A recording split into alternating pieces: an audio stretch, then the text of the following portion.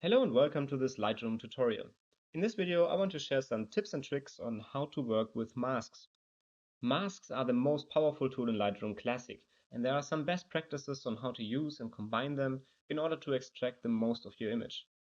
With masks you do local adjustments to the image, and in general this means changing the luminosity and or the color in certain parts of the image. So sure, there are also the sharpening or the texture slider for masks, but mainly you change brightness or the difference in brightness, so the contrast and the color. The reason to do this are either to correct luminosity and color, for example, because you have very dark or very bright parts compared to the rest of the image, or the color is a little bit off in a certain part, or because you want to redirect or guide the attention of the viewer. So let's take this image as an example.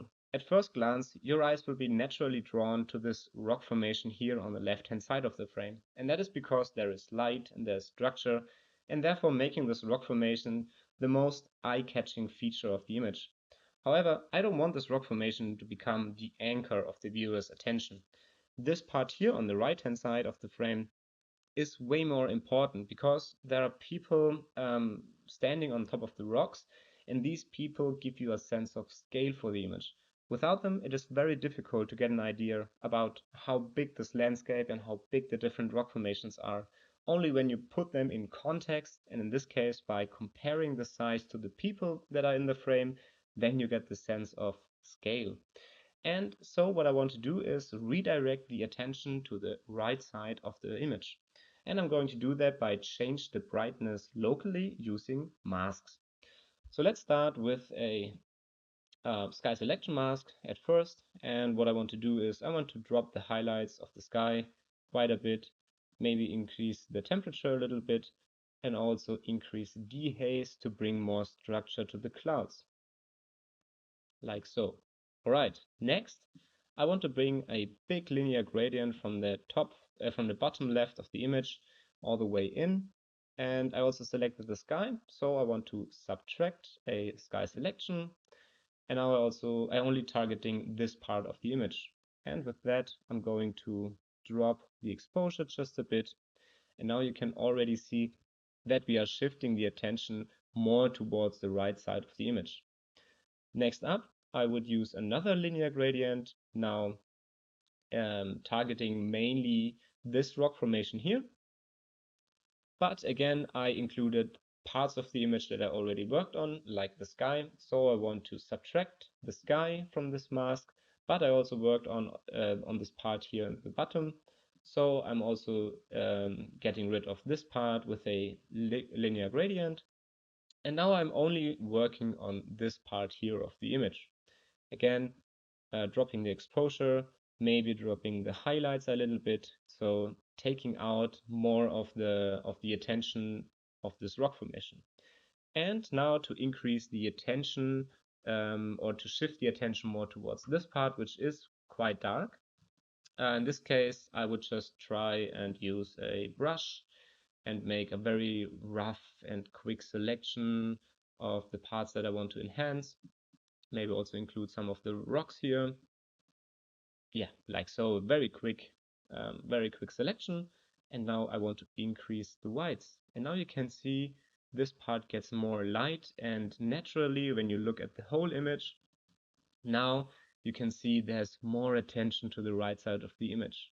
So if you compare the before and after, you can really see that we shifted the luminosity to redirect the attention of the viewer.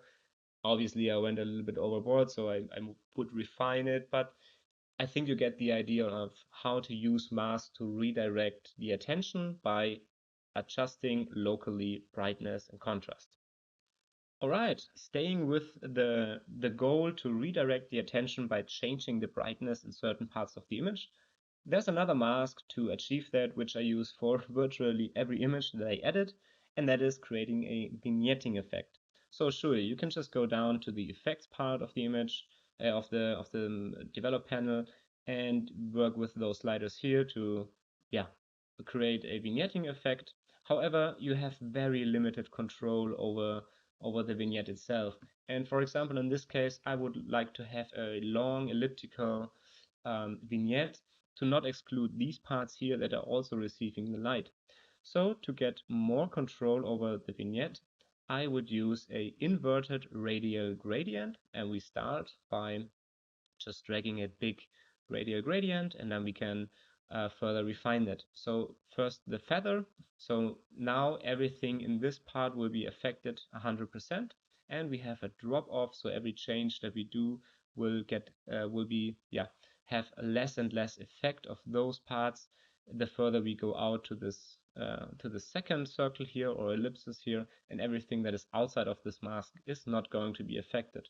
But we want it to be inverted, so we're going to invert the mask, and now the same principle applies to this inverted mask. So everything that is inside of the circle is not applied or not affected by our changes. Everything outside this circle is affected by 100% with a drop off to this inner circle. And now we can just decrease the exposure, for example, and therefore we have much more control over the vignetting effect. And this is just a better way to redirect the attention to the center of the image by using an inverted radial gradient for the vignetting. Okay, now I want to talk about contrast. Contrast is the difference in luminosity or brightness, either throughout the whole image or parts of the image. And the bigger the difference, so the bigger the difference between bright parts and dark parts, the bigger the contrast. So let's take this image as an example. I think that it's lacking contrast, so it looks a little bit flat, and I would need to introduce more contrast to the image. But as we can see, there's a natural drop off. So distant objects appear more flat and hazy in comparison to closer objects. And this is just how nature works. So there's a natural drop off. The further you look away or the further you look into the distance, the less contrast those objects will have. So instead of going to the basic adjustment section here and just applying contrast to the whole image, I want to introduce contrast to the foreground with a natural drop off towards the distance. And I'm going to do that by applying a linear gradient, somewhere like here. And same as with the radial gradient, everything below this line will be affected 100% by my changes, with a natural drop off or with a linear drop off towards this line here, and everything above this line is not affected at all. In this area, marks the 50%. So yeah, I have this natural drop off in contrast. And now I could increase the contrast or increase the whites, reduce the blacks, which also will increase the contrast. Or I could also increase the clarity, which will increase the midtone contrast. And now we have a very nice natural drop off in contrast towards the distance, toggle it on and off. And now we have, more contrast to the image while respecting this natural behavior of contrast. Moving on, I want to spare some words about editing the sky. I personally feel like first working on the sky, it's a good way to start the editing process of an image, because I feel like the sky is a very easy target to work on first, and then to work on the other parts in accordance to the changes that I did to the sky. So I want a sky selection mask, and typically, or most of the times, Lightroom is doing a very good job in selecting the sky. However, when there are some overlaps, so some objects overlapping with the sky, like in this case, this building here, for example, or this tower, or also the trees, then Lightroom is having difficulties to exclude them from the selection. So as we can see here, for example, it's very subtle, but parts of this building here is included in the mask, as well as parts of the trees here, and also parts of the tower. So there's a trick to get a more precise selection, and that is intersecting this mask, this already existing sky mask, with another sky selection mask. And now pay attention to this part of the building. Once I click and Lightroom is doing its thing, we can see we have now a better selection. So parts of this building is excluded from the mask or the selection, as well as parts of those trees. And now we can work on the sky, reducing the highlights, maybe increasing the whites, the temperature, the tint, or whatever we want to do with this image. If you are interested in the whole editing process to create the final version of this image, then there's a link in the description. Alright, after the successful selection of the sky, I want to talk about how I edit the sky. And I think there are basically two approaches to it. The first one is to work on the sky as a whole, and the second is to work on parts of the sky. So in this case, let me just create a virtual copy so that we can compare the effects of those two approaches. So let's start with a sky selection mask and doing the trick with intersecting with a new sky selection mask. So we can see, for example, we got rid of this part of the building here, which was included. And now let's make the changes to the whole of the sky. So for example, let's increase the temperature to 15, and let's decrease dehaze also to -15 for some glow effect of the sky. And now I want to do the same changes to the original version of the image, but I only want to work on parts of the sky. So I also want to start with the sky selection mask, intersecting with a new sky selection mask. And now I want to intersect this mask with a radial gradient. And I'm placing a big radial gradient with a big feather, and I position it so that the center is more or less where the sun in the image is, which I think is more or less behind this building here. And the reason to do that is because, again, there's a natural drop off, but not in contrast, but in temperature and brightness the further away you go from the sun. So you can see in the top left corner here of the image, the sky is darker and it's cooler, so it's more blue. And the closer you go to the sun, the warmer it gets and the brighter it gets. And I want to respect this natural drop off of brightness and temperature. And therefore, I just want to work on those parts that are closer to the sun, which will be affected the most, with a natural drop off towards or further away from the sun. So again, let me just increase the temperature to 15 and decrease dehaze to -15. And now we can compare those two approaches. So the first one and the second one working on the sky as a whole. And maybe it's just a personal preference, but I feel like this approach where we just work on selected parts of the sky is a way better approach to work on the sky, as we just respect the natural behavior of light and temperature. Okay, next one. Well, as I said in the beginning, masks are mainly used for local adjustments of brightness and color. So let's combine those in another mask that I use in almost all of the images that have or that show the sun or a sunset or a sunrise. And with this mask, I want to create a glow effect, also called an Orton effect or an Orton glow effect. And this glow effect creates more atmosphere and it gives the image a slightly dreamy look, which I think is a very nice touch to the image. So let me just show you how to do that. We do that again with a big radial gradient. And for this glow to take effect, it's very important that our selection is overlapping with the foreground. And now we want to increase the blacks, maybe also increase the exposure a little bit. In this case, I want to increase the temperature as well, the saturation. I'm going a little bit overboard here to demonstrate the effect. And now I want to decrease the dehaze. This is very important for the glow effect. And for the streamy part of the effect, I'm going to reduce the clarity as well. And yeah, if you want to, you can also decrease the texture, but it doesn't really change the glow effect. So if you toggle it on and off, you can see we introduced a very nice glow. Obviously, I went overboard with it, but for the sake of demonstrating the effect, I think you can identify how we created this glowing effect.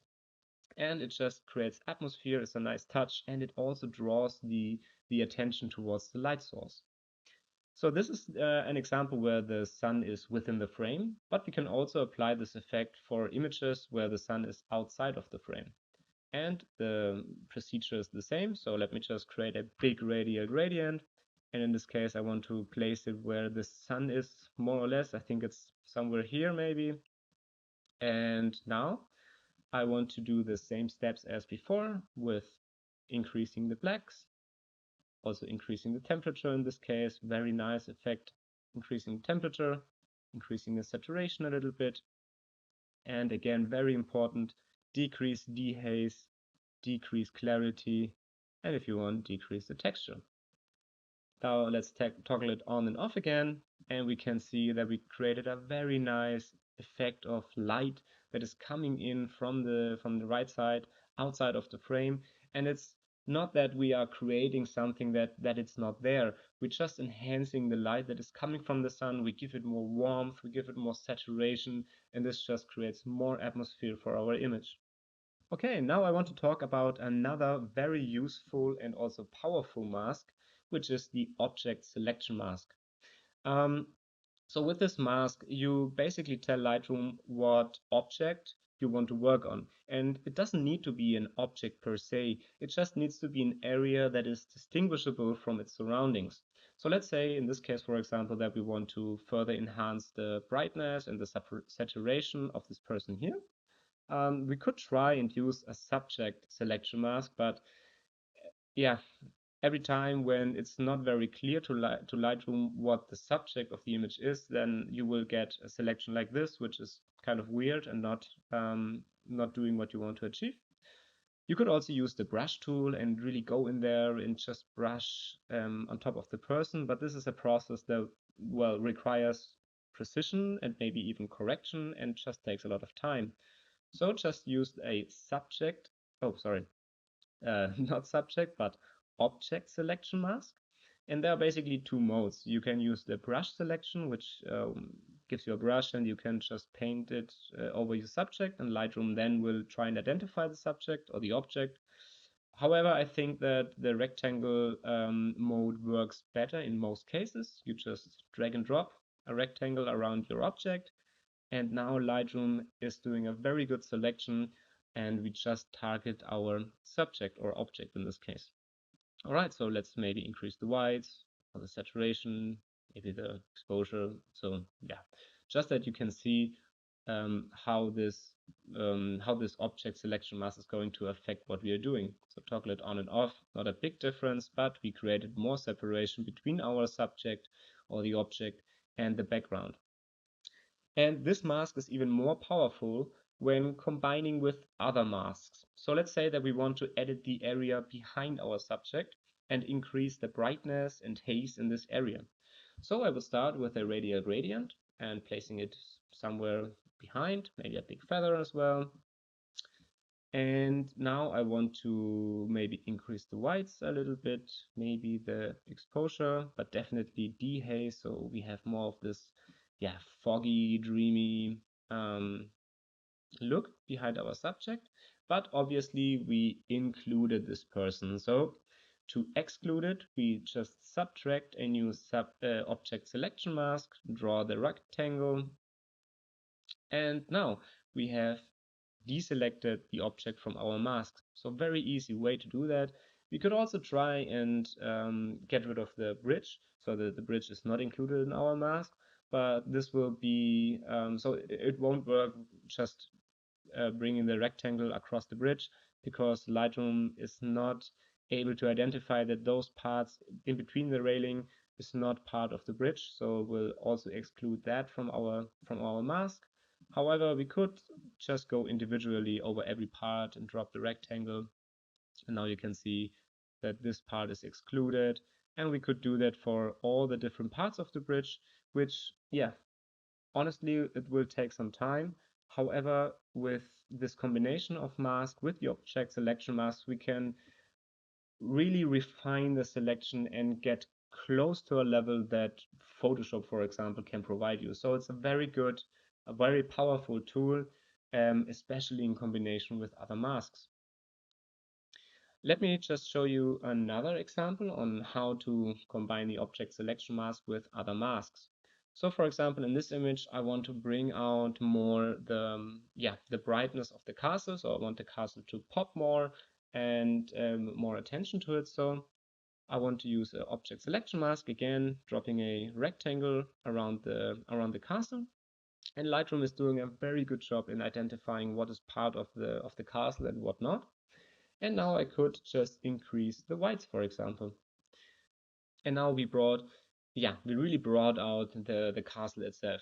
However, I feel like there's a pretty harsh transition. There's actually no transition at all between the vegetation below and the castle itself. So for example, those stones here clearly in the shadow are way more brighter than the vegetation below. So it almost looks like I photoshopped the castle into the picture.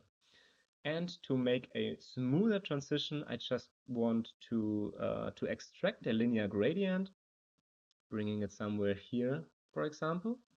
And now I'm excluding everything completely below this line, gradually, uh, yeah, including again until this line, and everything above this line is not going to be affected at all by our subtraction.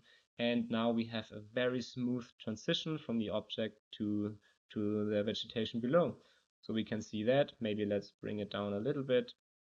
We have this nice linear gradient for a nice smooth transition between the object and the surrounding. And this is a very powerful tool as well. So combining the object selection mask, especially when you have very harsh edges between your object and the surrounding, to smoothen this transition out by subtracting a linear gradient or by subtracting an inverted radial gradient works as well.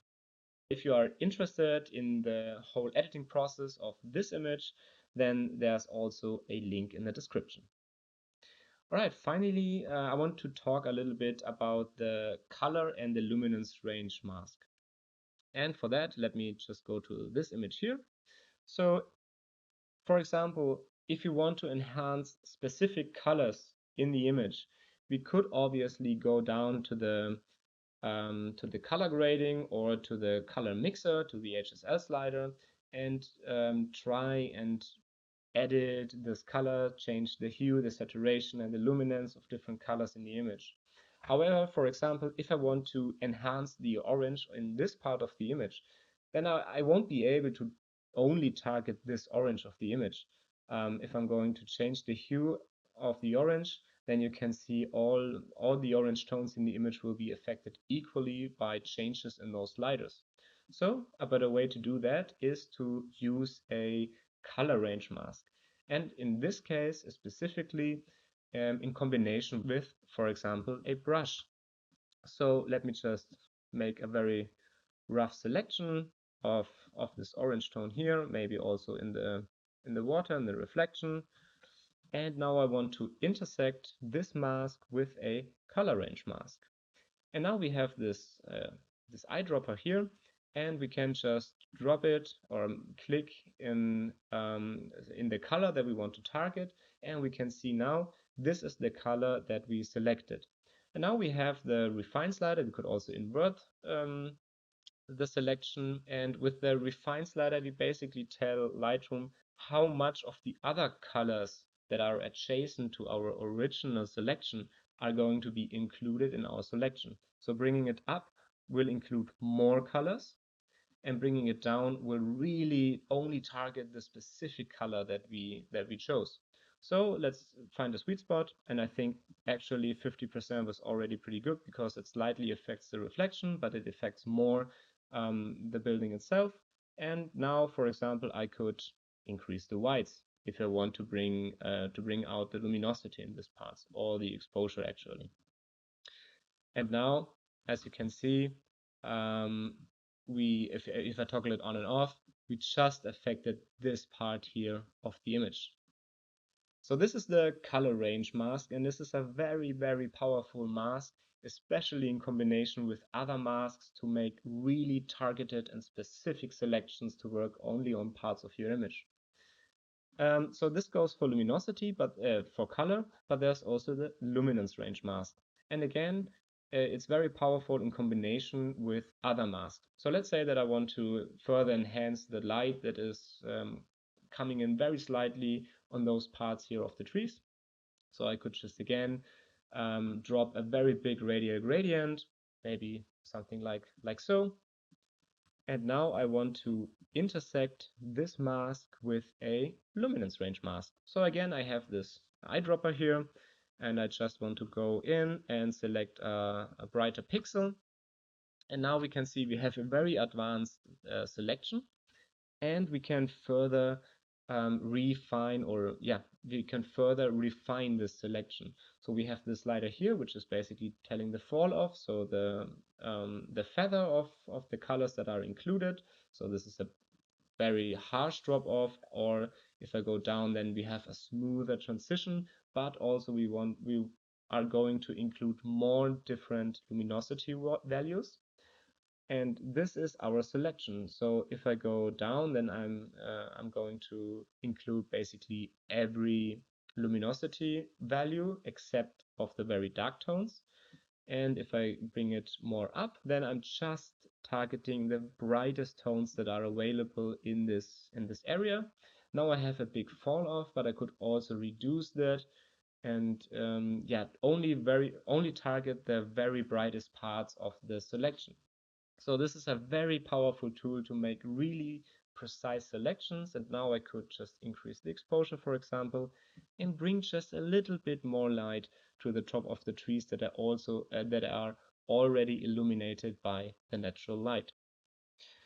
There you have it. So those are some of the tips and tricks on how to use masks for local adjustments, for locally enhancing brightness and color. And I hope that this video was valuable to you. And if it was, then please give it a thumbs up. And if you want to see more of these kinds of contents, then you can check out my other videos, or you can subscribe to the channel, all of which really helps with the algorithm. And if you have any questions, opinions, or insights, I would be really happy to engage with you in the comment section. And yeah, thank you very much for watching.